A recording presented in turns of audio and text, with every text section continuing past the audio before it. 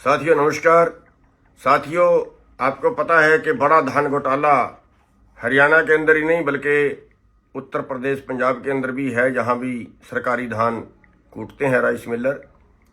तो इस महा घोटाले को दबाने का एक और षड्यंत्र सामने आया है कि एक फिजिकल वेरिफिकेशन होती है।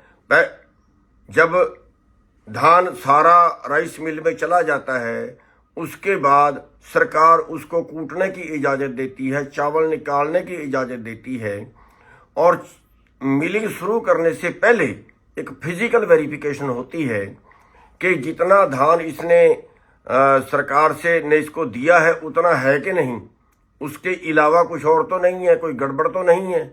एक फिजिकल वेरिफिकेशन होती है।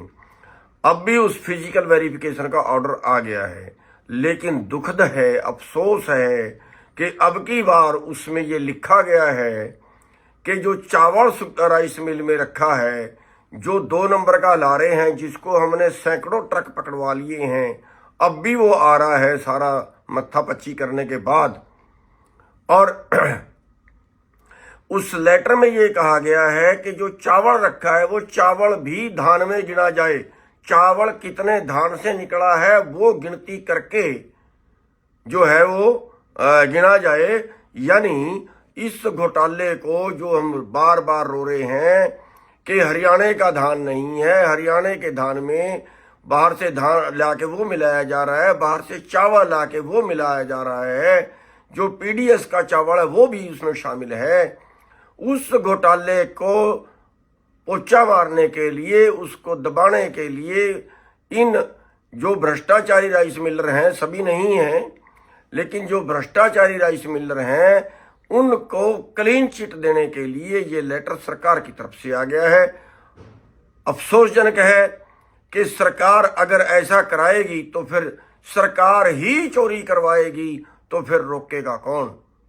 बहुत अफसोसजनक है। और उससे अफसोसजनक ये है कि राजनीतिक पार्टियां कुंभकर्णी नींद सो रही हैं और आप वोट इन्हीं को दोगे, इधर लेको दोगे या उधर लेको दोगे। तो अब बड़ा दुखद है कि इतना बड़ा धान घोटाला, इतना बड़ा फ्रॉड, और उसको किसी को उजागर करना तो बहुत दूर की बात थी। सरकार की ड्यूटी तो उसको रोकना थी, सरकार की ड्यूटी तो चोरी को पकड़ना थी। इसमें ट्रकों का किराया जो ना आए ना गए, उन ट्रकों का किराया भी सरकार के खाते से ट्रकों वालों के पास चला गया। लेबर का पैसा भी आड़ती के पास चला गया, आड़त भी आड़ती के पास चली गई, पैसा भी एडवांस आ गया क्योंकि पहले परचूनी के काटे और उस पैसे से बाहर से चावल खरीद के ले आए और अब वो चावल 1 नंबर का हो गया। देखो कितना शुद्ध तरीका है।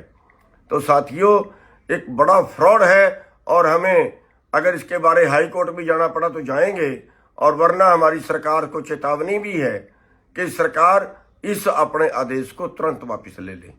बिल्कुल अवैध है। मुख्यमंत्री के नॉलेज में है या बिना मुख्यमंत्री के नॉलेज में कोई अधिकारियों ने ऐसा आदेश दे दिया है, ये माननीय मुख्यमंत्री जी देखें। और मैं केंद्र सरकार से भी कहना चाहूंगा कि केंद्र सरकार को भी इस पे संज्ञान लेना चाहिए। आप जो चावल हमारा धान है, उसका जो चावल निकला हुआ है वो लेना चाहिए, ना कि जो एफसीआई ने दिया, पीडीएस के लिए दिया, गरीबों के लिए दिया, वही चावल दोबारा से आ जाए और वही चावल दोबारा फिर सरकार को चला जाए। क्योंकि चावल सेंटर सरकार खरीदती है, इसलिए सेंटर सरकार को भी इस पे बिल्कुल स्टैंड लेना चाहिए। मेरी पत्रकार भाइयों से भी अनुरोध है कि पत्रकार भाई ज्यादा से ज्यादा इस बात को उठाएं। सीआईडी इंटेलिजेंस भी हमारी बात को सरकार तक, केंद्र सरकार तक पहुंचाए। धन्यवाद।